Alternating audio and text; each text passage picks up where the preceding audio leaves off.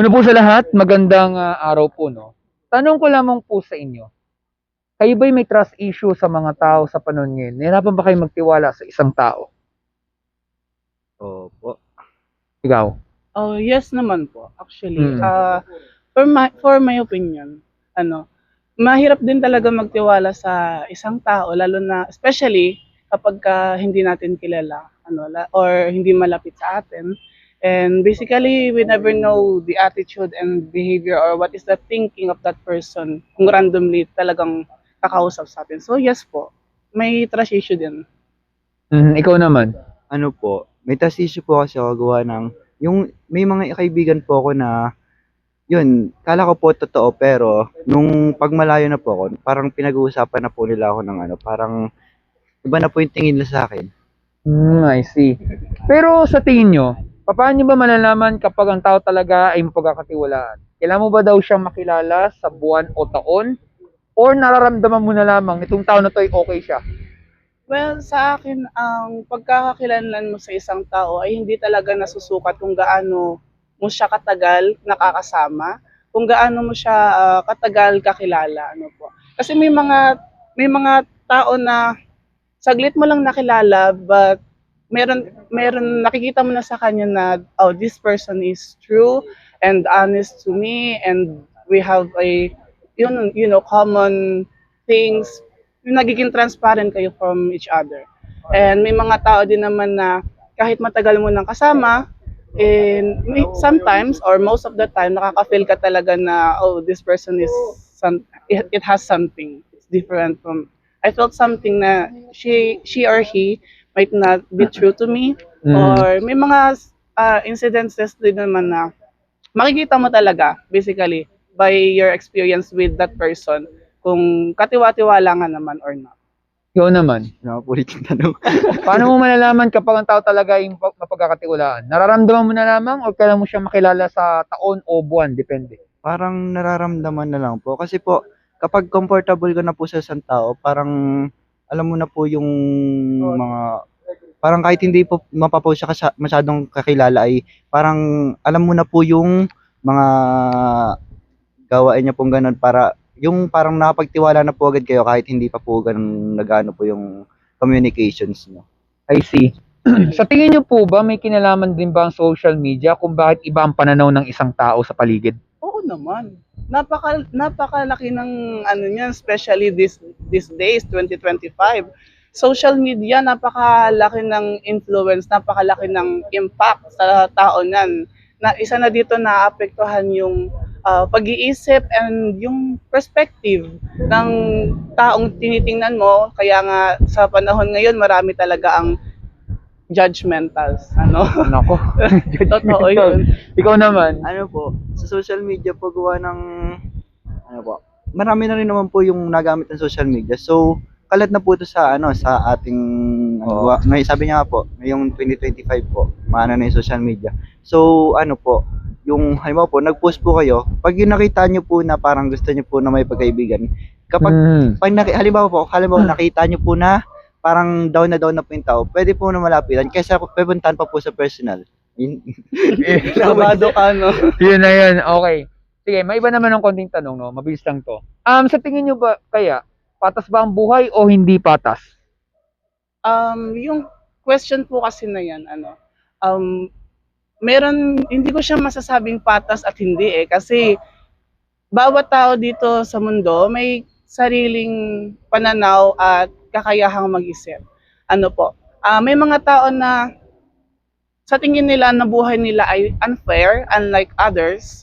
Sa tingin naman nila ay okay na, So, bakit ko ito nasabi? Kasi may mga tao na sometimes hindi nila naiintindihan yung situation or sometimes ay hindi sila anong tawag sa Tagalog nun? Hindi sila kontento. Yun. Hindi sila Okay. kontento sa kung anong mayroon sila ngayon. Maybe they want more, they want even more the things that they have right now. Kasi yung iba, basically naisip nila, ay sana meron ako ng ganyan. So, why life is so unfair actually. Sa psychology din po.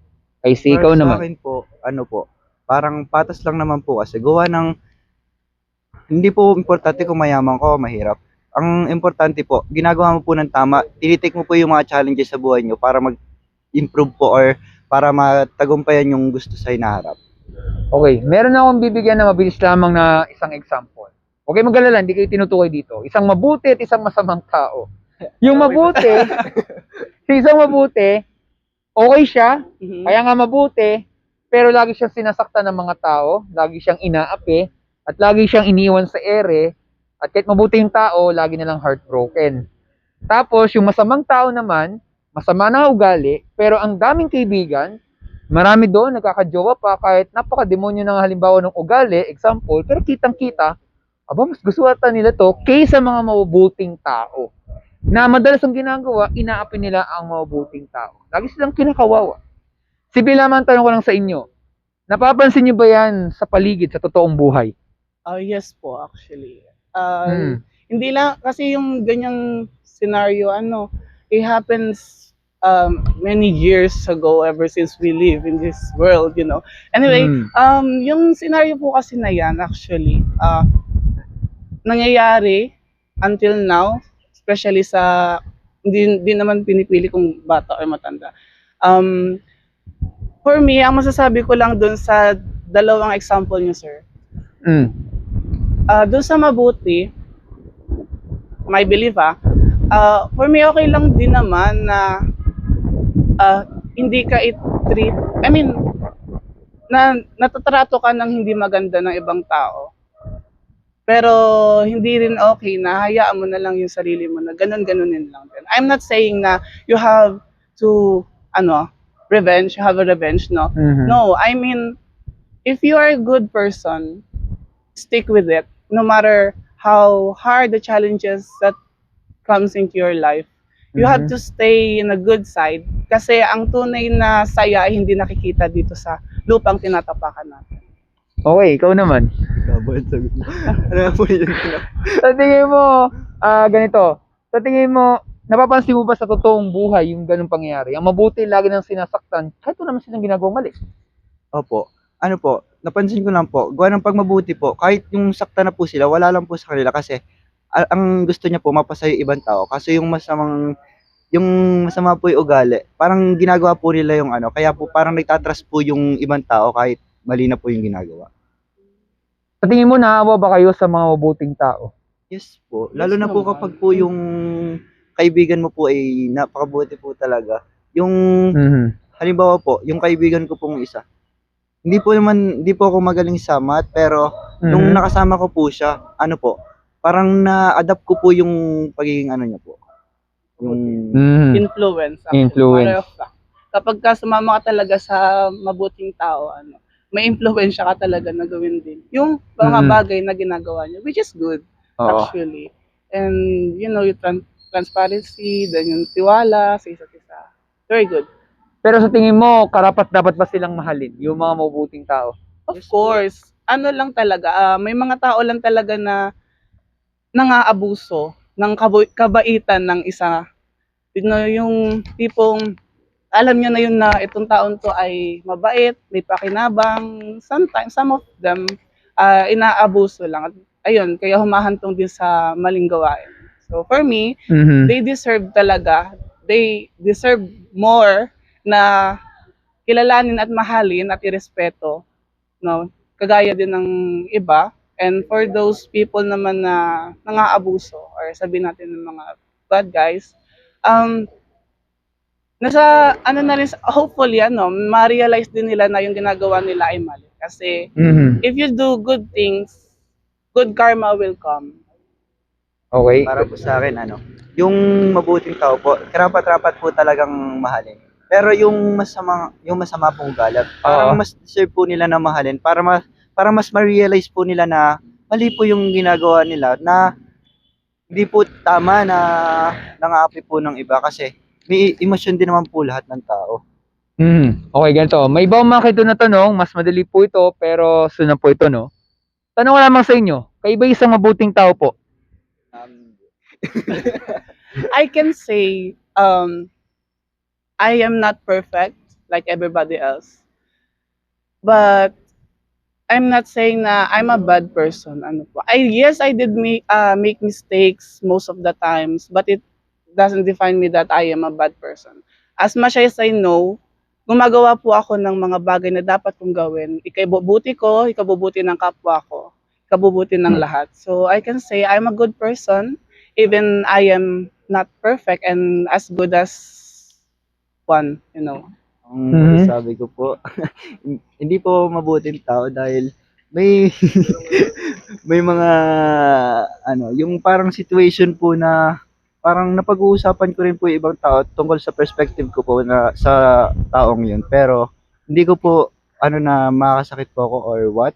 Pero pag nakarating po sa iba, masama na po. Mhm. I see. O, ganito. Kunwari, ilalagay niyo sarili niyo from 1 to 10. 1 daw, masama daw kayong tao, or 10, sobra daw kayong mabuti. Saan niyo po ilalagay sarili niyo from 1 to 10? For me, ay sige ko. For ako. Kasi 4. po, parang naman po talaga yung kasamaan. Well, for me naman, siguro mga nasa 7 and 8 kasi hindi naman din ako ganun kabutihan. Kagaya nga po ng sabi ko kanina. Nakakagawa din ako ng mga pagkakamali, pero most of that talaga ay hindi ko din naman meant, no? So, Mhm. yeah, hindi ako masamang tao. Mabuti lang, pero hindi ako perfecto. Okay. Pero para sa inyo, ano ba yung sabihin ng mabuti pag narinig yung salita na yan? Ang mabuti po para sa akin ay Oo. yung apaka-friendly niya po. Yung ayaw niya po masaktan yung ibang tao. Yung kaya niya po magsinungaling para lang hindi po masaktan yung isang tao. Parang white lies po. Tapos, yung mabuting tao po sa akin ay nalimutan ko yun. Ayun, yung lahat kaya niyang gawin sa isang tao kahit kahit alam niyang mahirap, kaya niyang isakripisyo yung sarili niya kahit ano pa yung kapalit nito. Mhm. Sa akin naman, kung ano ang ibig sabihin ng mabuti for me, ang salitang mabuti kasi ay hindi lamang ito tumutukoy sa mga gawain ng isang tao. Ito ay, ang pagiging mabuti din ay talagang mas nakikita at nararamdaman natin mula sa ating kalooban, sa puso, sa kung paano tayo mag-isip, mga, yung mga simple things na iisipin natin kung maganda ba sa iba at sa sarili natin or hindi. So, ang pagiging mabuti ay hindi lang talaga siya through action. Ano po? Kasi may mga tao na nakakagawa ng pagkakamali, pero deep inside, full of judgment kasi sa mundong ito. Hindi na nila naiisip na, yung taong to, deep yung sa kalooban niya ay maganda, may kabutihan. Ano po. So, for me, I don't really believe, 100%, I don't believe in kabutihan na through actions, pero naniniwala ko na ang kabutihan ay nanggagaling talaga sa puso at isip. Okay, so ganito kasi yan. May ba yung magbasa ng dictionary? Not really. Not really. Actually, gumagamit ako ng dictionary school purposes. For example, Oo. gumagawa ng essays. No. Oo. Ikaw naman. Hindi rin Hindi po. naman. Pero, course okay. ko lang din po. Pero nagamit ba kayo ng Google or AI pag hindi mo alam ang isang salita? Yes po. Opo. Mhm. Yes, like pero- references lang po, pero hindi po talaga ko copy. Kasi po pag pinopya ko yun, at sama-sama ko na talaga mong tao. Oo. Ano naman, lahat, even teachers, even teachers talaga gumagamit ng AI. Pero ang AI kasi, yes, to assist us. Mhm. Actually, ginagamit ko naman siya in a good way.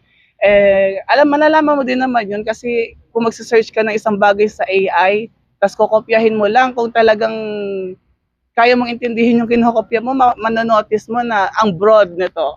Kailangan ko Ibang tong, tao na. yes po. So, mas maganda na kung magse-search man sa AI, gamitin lang yun for references and guide, pero hindi siya gagamitin para, yes, pan-cheat. Kasi wala kang natutunan pag ganun.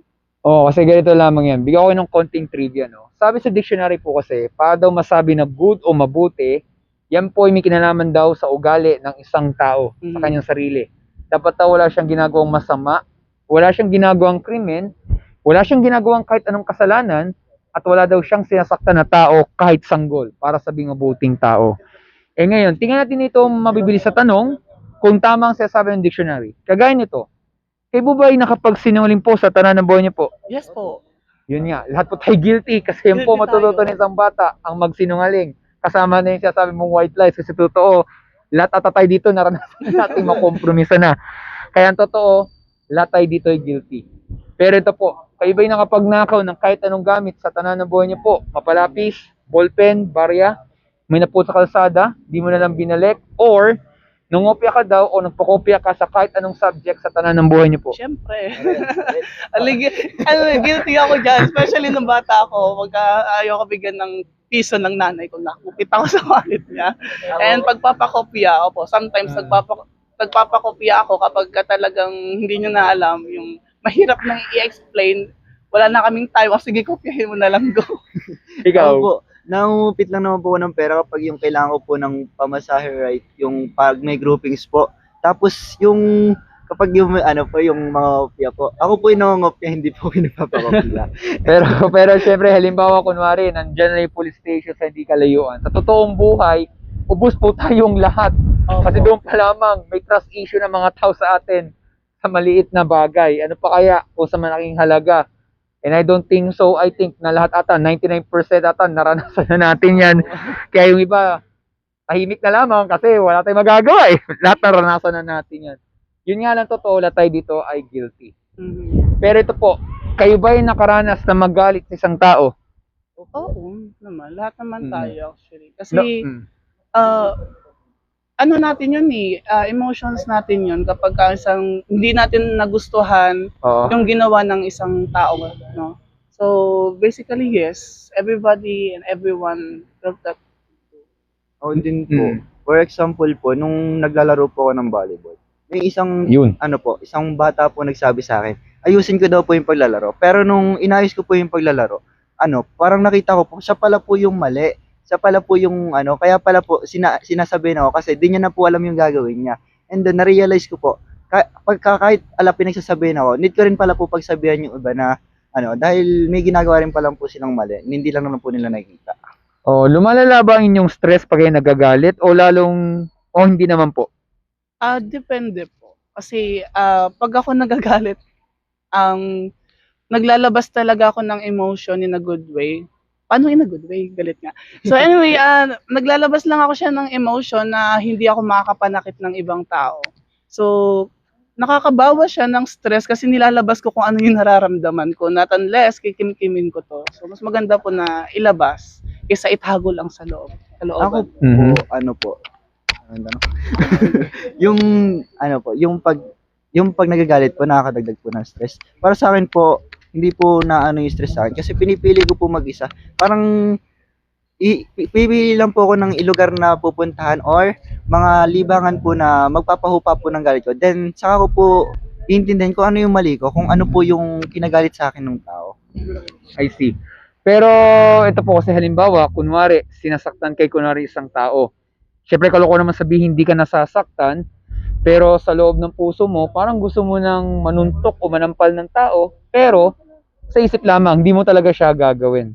Yun nga lang, may sinasabi po na para daw tayo nakapatay ng tao, hindi nga lang sa gawa, sa isip mo lamang. Kaya nga, hindi man tayo nakapatay ng tao, nakapatay naman tayo sa puso ng isang tao. Kaya may no-offend, may nagagalit. Kaya yung dahilan kung na tayo dito guilty kasi nagtarim tayo ng masasamang salita sa isip lamang. Pero ito po, nagagamit nyo ba minsan ang pangalan ng Panginoon sa walang kabuluhan? Minsan naglalakad kayo, bigla kayo nadulas, na pa-OM, alam nyo na po yun? Oh yes. Hindi, pero never po nagagawa. Na do the flower, nagugulat. Parang yung reaction ko po talaga, tahimik lang po ko pero yung loob ko po, kabog-kaba na yung dibdib ko. Nonchalant. Pero ako Mm. naman, yes po, nagagamit ko yung pangalan ng Panginoon sa mga ganong bagay. Pero not intentional. Oo. Kasi labag din talaga sa batas ng Diyos na gumamit ng kanyang pangalan sa walang kabuluhan. Parang ganito lang yan eh. Mahal mo ba mga nanay nyo? Of course. O halimbawa kung na nagpapalipas kayo ng oras, huwag naman sana biglang napuwing mata nyo, magugulating ka, in the middle of nowhere, biglang expression mo, instead na pangalan ng Panginoon, nabanggit mo na lang ang pangalan ng nanay mo na wala siyang kinalaman dito at napuwing mata mo. OM, insert mother's name instead na pangalan ng Panginoon. Yung OM, alam nyo na. Pero pangalan ng nanay mo, okay lang ba yun? Expression lang? Depende po kasi yun. Kasi may mga parents din na parang ka-vibe lang din ng anak nila. So depende yan sa tao talaga kung ano yung Na-adapt din kasi magiging yun. pag-unawa nila dun sa emotion ng ganon. Kasi Mhm. nagulat nga, we never meant the words that we can say. So may mga tao na na-offend, may mga tao din na hindi. May mga tao na okay lang sa kanila at may mga tao din na hindi. Ikaw naman. Para sa akin po, parang ganun lang din naman po. Kasi iniintindi din naman po naman ng iba. Kasi nagulat nga naman po. Hindi naman po natin alam kung ano yung iisipin natin or kung ano po. Parang kapag ano po, yung parang nai-stress na po yung ano natin, kung ano na lang po lumalabas sa bibig natin. Oo, pero yung unpopular opinion, yung sasabihin ng marami, kaya nila kayang gawin yan kasi parang nakakabastos or disrespect. Kaya di nila kayang gawin yan.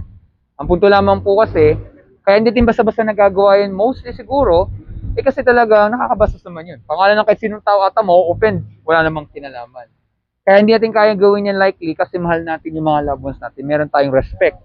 And sana, gayon din po yan sa Panginoon. Unfortunately nga, sa panahon ngayon, Lagi nagiging na normalized ginagamit. lang yung ganyang expression, pero without knowing, may na-open ang Panginoon. Yung mga ganda-ganda ng panahon nito, tapos bigyan na natin kinurpers na wala namang kinalaman, no? Ang tawag kasi doon ay blasphemy at pambabastos, and unfortunately, lahat talaga tayo dito ay guilty. Guilty. Ngayon, lilinawin ko po, hindi ko sinisiraan, hindi ko hinuhusgahan. Yung mga tanong na yan ay tanong po ng bawat isa sa atin. Sa tingin nyo kaya, kung tayo po mamamatay, hindi to pananakot, at haharap po tayo sa tinatawag na Judgment Day sa Panginoon, do you think kayo ay guilty o innocent pa kayong tao? Guilty, syempre. Pero I can't say na I can go to heaven, neither in hell. Kasi Panginoon lamang ang may kakayahan ng humusga sa atin. Paglipas ng panahon. Tamang panahon na tayo ay makakapiling niya. Pero Oo. I can say, kagaya nga po na sabi ko kanina, hindi man ako ganun ka-perfectong tao. Pero ginagawa ko naman yung best ko to become better at hindi makapanakit ng iba. Okay, actually, yun ang susunod ko yung tatanong kung saan kaya kayo pupunta kung sakali? Sa langit ba kayo o sa impyerno? Sasagot mo na, ikaw, saan ka kasi mo pupunta? Hindi ko rin po alam eh. Kasi hindi pa naman po tayo yun mamamatay ngayon. Marami pa naman po tayo magagawang kabutihan. Marami din po tayo magagawang kasamaan. Pwede pong mamaya, meron na po. Pwede pong kinabukasan, meron na po.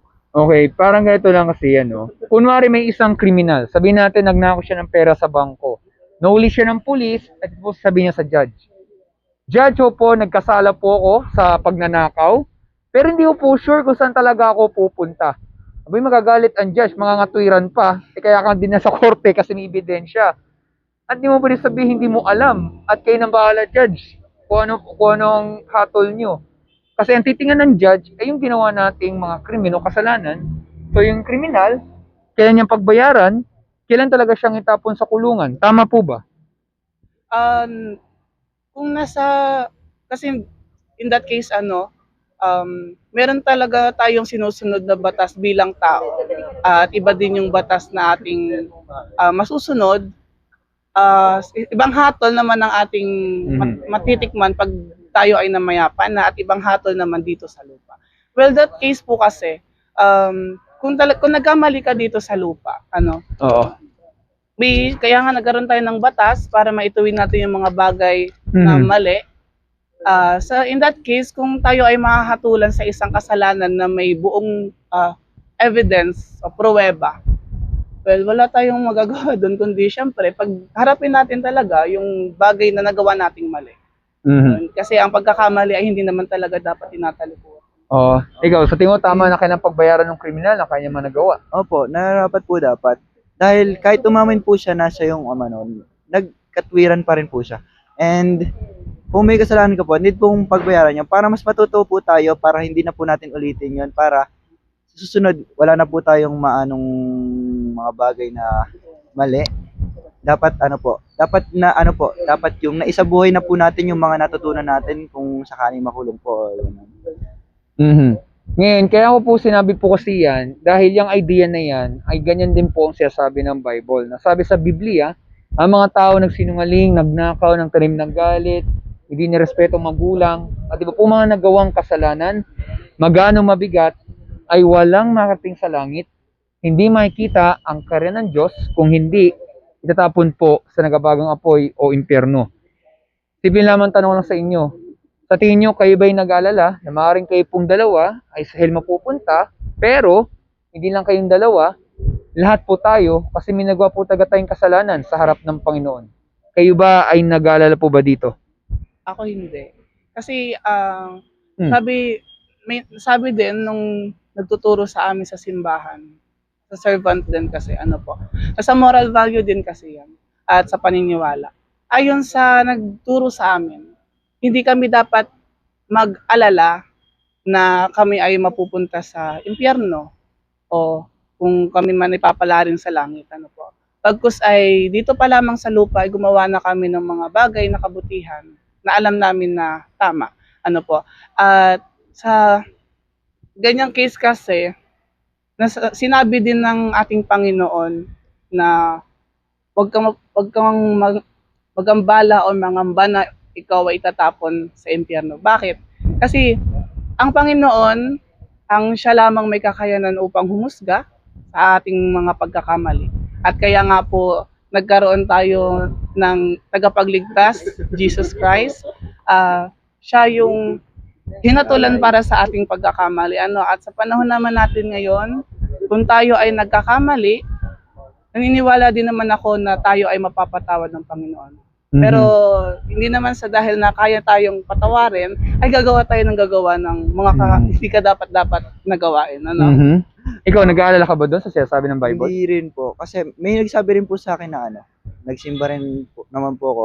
Yung inalay po ng Panginoon yung kanyang buhay para mabawasan po yung mga kasalanan natin. Sabi rin po ng isang kaklase ko na, yung mga kasalanan ay matutumbasan lang po sa pamamagitan ng pagpapalit ng kabutihan. Okay, ganito. Simple question lang naman. Sa tingin nyo ba, ang Panginoon ba ay nagsisinungaling sa kanyang sinasabi? Hindi po. Bakit kaya? Nakasulat na rin naman po yun sa Bible eh. Mhm. Tapos parang yung Bakit namin nasabi na ang Panginoon ay hindi nagsisinungaling? Kasi walang perpekto sa universe o sa kahit anumang walang perpekto maliban sa Panginoon. Walang taong hindi kayang magsinungaling maliban sa Panginoon. Walang taong hindi kayang gumawa ng napakabuti maliban sa Panginoon. So, very short, ang Panginoon talaga ay hindi nagsisinungaling. Hindi siya kahit 1%, ang naniniwala talaga ako na ang Panginoon na hindi nakakagawa ng kasamaan. Why? Mhm. God is the perfect example of being a perfect.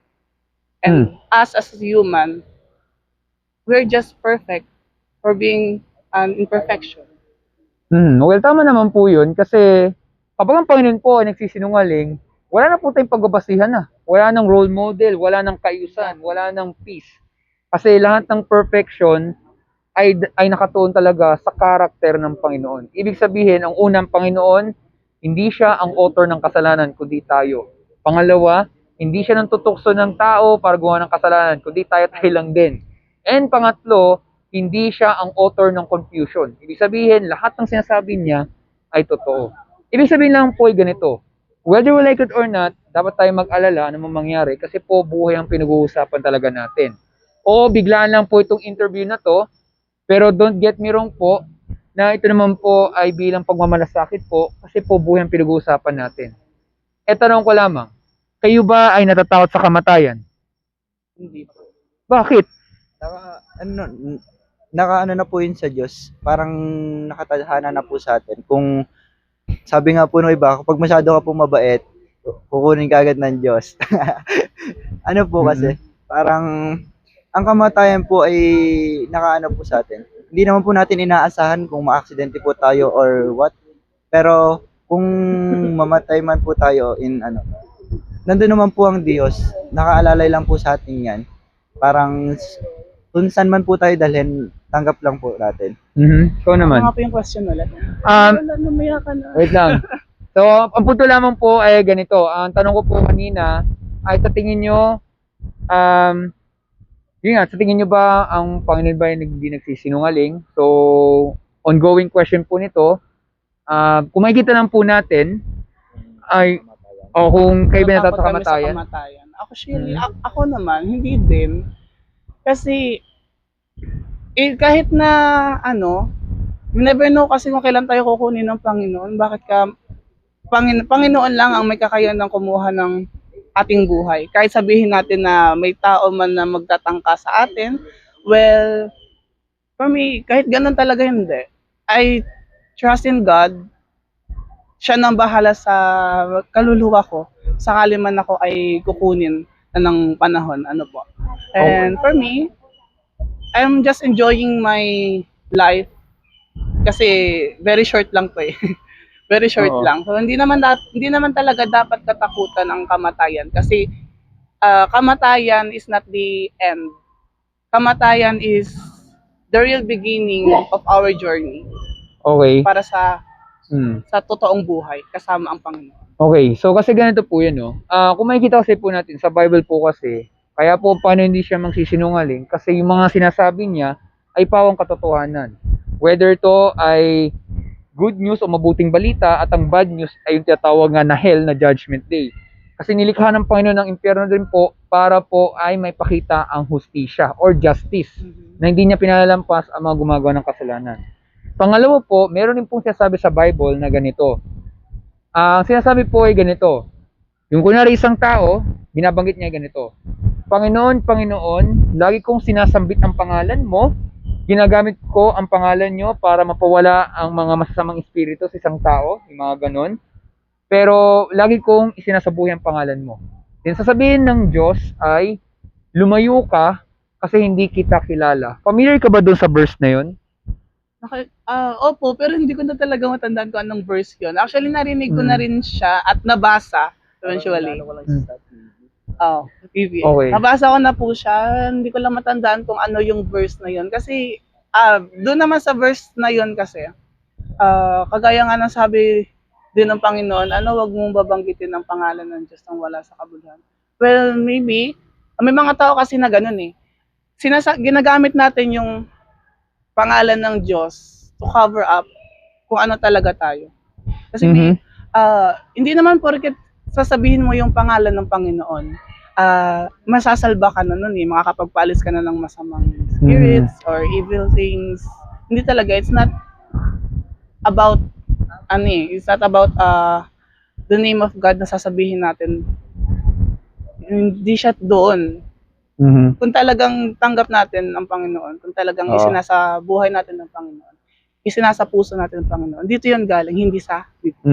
Ikaw, familiar ka ba doon? Opo, gawa ng may mga pinapalabas po sa TV, yung kay Jessica Sopo, na ginamit po yung pangalan ng Diyos upang mapanggamot po ng mga ang ano naman po nung yung mga pari po, ay mali po yun dahil ang pangalan po ng Diyos ay ano po natin, parang yung inspiration po, hindi po yung ginagamit para magpagaling po or what. Kasi po, ang Panginoon naman po talaga yung nagdidikta kung ano talaga mangyayari po sa atin. Well, kaya ako po nasabi po yan, bigyan ko lang kayo ng mabilis sa context o nilalaman. Yan po kasi yung sinasabi ng scripture na yan o yung salita ng Panginoon. Dahil alam ng Diyos na may mga tao na tila na lang, matindi na lang yung focus sa pagiging religious, pero ang buhay naman nila napakadilim. Like kunwari ay ginagawa nila, pero deep inside, pumapatay palang tao, nagsisinungaling, o sabihin na lang natin, nantataksil. Ibig sabihin kasi, alam ng Diyos kung ano nasa puso ng isang tao. Kahit sabihin niya na, nakilala niya si Jesus Christ, sinabi niya as Lord and Savior, pero ang problema, nagbago ba ang puso niya? Ang may kaya lang magbabago niyan ay ang Panginoon. Kaya alam din niya, lalo na sa Judgment Day, may mga taong pong nagpapanggap din po yung mga ganyan. Siyempre, sino mas nakakalam niya? Ang Panginoon yan. Kaya nga, malinaw po talaga na binibigyan rin tayo ng babala para siguraduhin natin kung talagang tama ba yung sinasabuhay ba natin ang salita ng Panginoon o hindi. Kasi alam ng Diyos kasi yung patungkol sa mga ganitong babala. Kaya ano man po nangyari, talagang nakapag-alala talaga ang kamatayan. At ang hell po talaga ay talagang deserve natin yan at lahat. Kasi Sabi sa Bible, no one is good, no one is righteous. Sobrang taas ng standard ng Lord, wala talagang makakapunta talaga doon sa langit. Pero, meron pong solusyon para dito. Actually, lahat ng sagot nyo dito ay tama, pero kaya natin ang ayusin ng konti kasi meron talagang step by step yan. Para magbago lahat, ito yung unang salitang kailangan mo nang marinig. Narinig yung salitang mercy, M-E-R-C-Y. Yes. Ano po sa Tagalog nun? Sige, come on. Awa. Kayo ba'y nahingi ng awa sa araw-araw? Oo naman.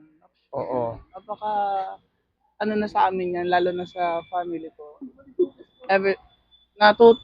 Tinuruan kami na tanggapin ng Panginoon. Kasi kagaya nga pa na sabi ninyo, Panginoon lamang ang nakakita ng tunay na kabutihan ng isang tao.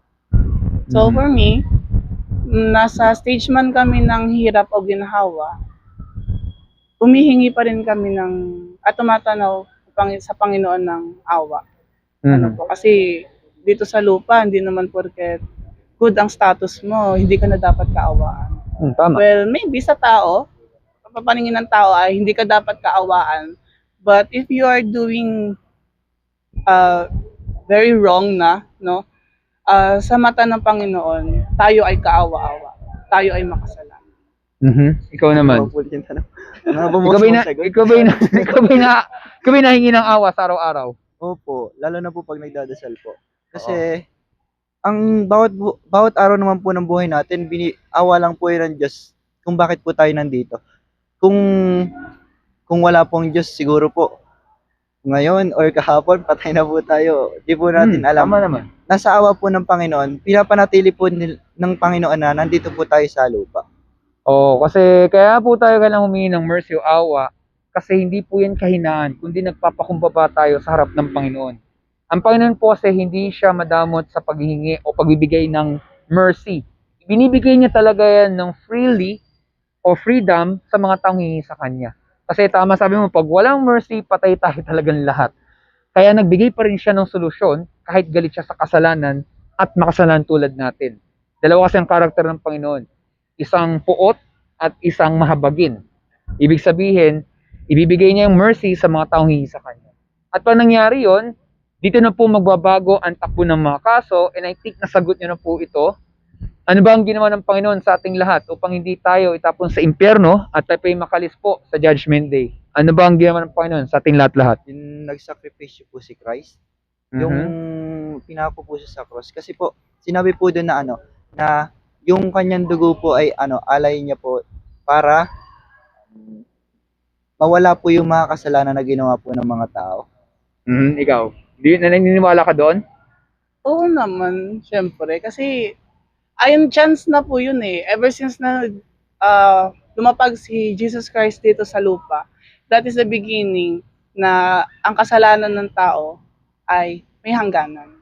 So, that is the day na nagsimula na yung araw na tayo ay mamimili kung anong landas ang ating tatahakin. So, since dumating na si Jesus Christ, na clear yung kasalanan na yon, and year by year, another generation of humanity naman, and for sure, nakakagawa naman talaga ng kasalanan, sa pamamagitan ni Jesus, doon na nagsimula nga yung kagaya ng sinabi ko, na pipiliin nating or tatahakin nating landas sa paggawa ng mabuti or masama.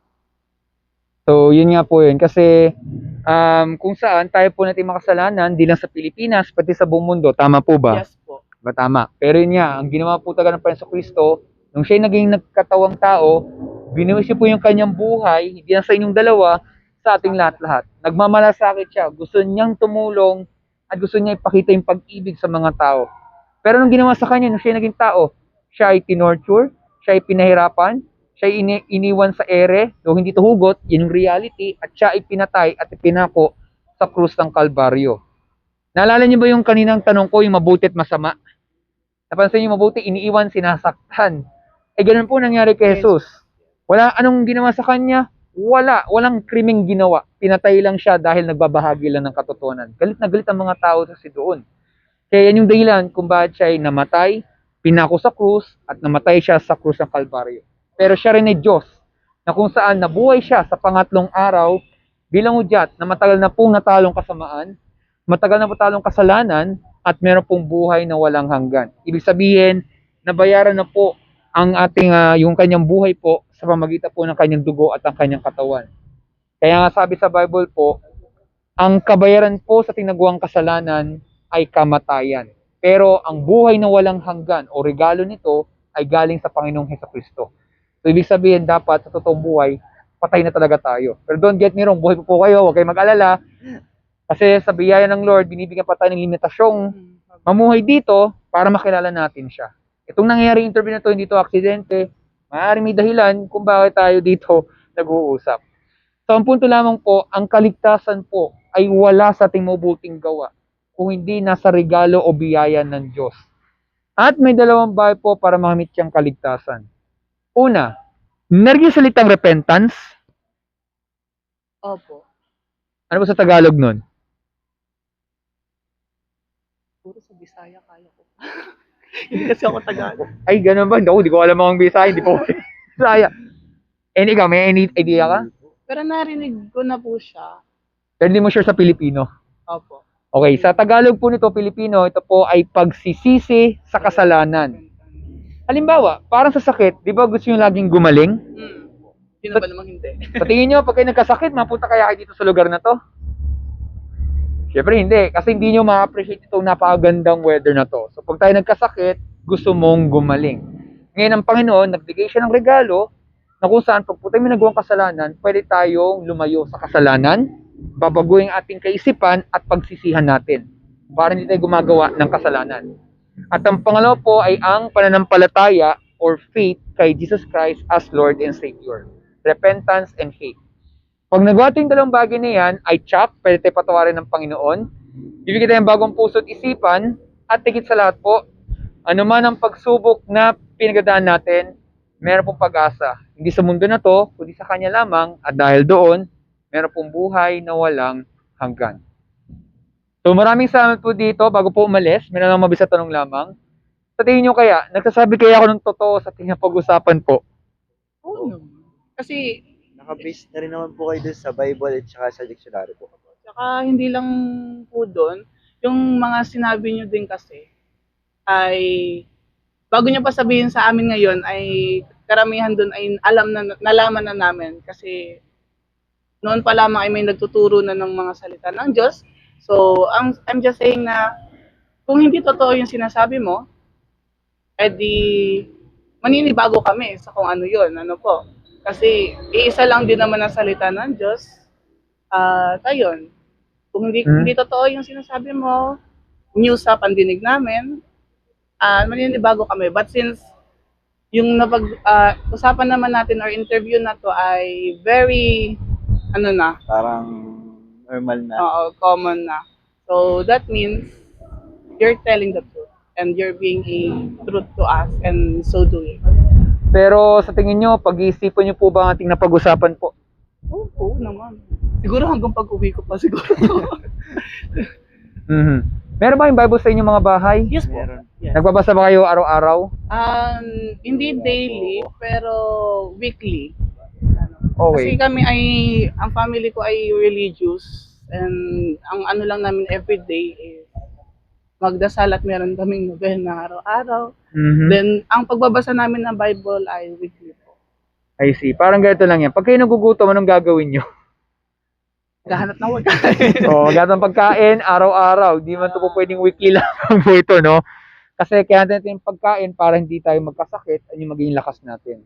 Sana ganyan din po yan sa Bible. Sana mabasa natin ang kanyang salita araw-araw kasi maraming nire-reveal ang Panginoon sa kanyang salita. Pag binasa natin, mapapamulit pa rin lalo tayo sa katotohanan. Kahit ba dumating ang technology, AI, etc., may sagot pa rin ang Bible niyan. Kasi alam niya na lahat ng sinasabi ay nagpapatunay nun sa mismo salita niya. Kaya mahalagang mabasa natin yan dahil yan yung dahilan kung ba't tayo dito sa mundo na to. Yan yung makilala natin ng Panginoon at siya malugod natin habang buhay. To summarize lang po ito, ang bad news po, lahat po tayo guilty, lahat po tayo makasalanan, lahat po talaga tayo sa hell mapupunta. Justice kasi ng Panginoon yan, kaya mabigat po talaga ito. Pero mabuting balita, maraming maliligtas, hindi nga lang po lahat. Which is true, mayroong talaga mapupunta sa hell, pero hindi natin alam kung sino yung mga yon kasi hindi man to attendance book na si 1A, hell, si one be heaven. Hindi po ganon. Yes, may binabanggit po sa Bible na Book of Life. Pero Diyos ang nakakaalam yon. Ang punto lamang, siyempre maganda kung talaga tayo po ay kasama sa mga maliligtas, kung talaga tayo ay nagsisi talaga sa kasalanan, repentance, at nanampalataya or faith kay Jesus Christ as Lord and Savior. Pag nangating dalawang bagay na yon, ay check, pwede patawarin ng Panginoon, bigyan tayong bagong puso't isipan, at tigil sa lahat po, ano man ang pagsubok na pinagdadaan natin, meron pong pag-asa. Hindi sa mundo na to, kundi sa Kanya lamang. At dahil doon, meron pong buhay na walang hanggan. So maraming salamat po dito sa oras na to. Meron ba katanungan po? Wala naman po. Wala na. So walang katanungan po, ako pinagpapasalamat dito sa oras na to. Mag-ingat po kayo, stay safe po, and God bless po sa inyo. God bless. Thank you po. Thank you po.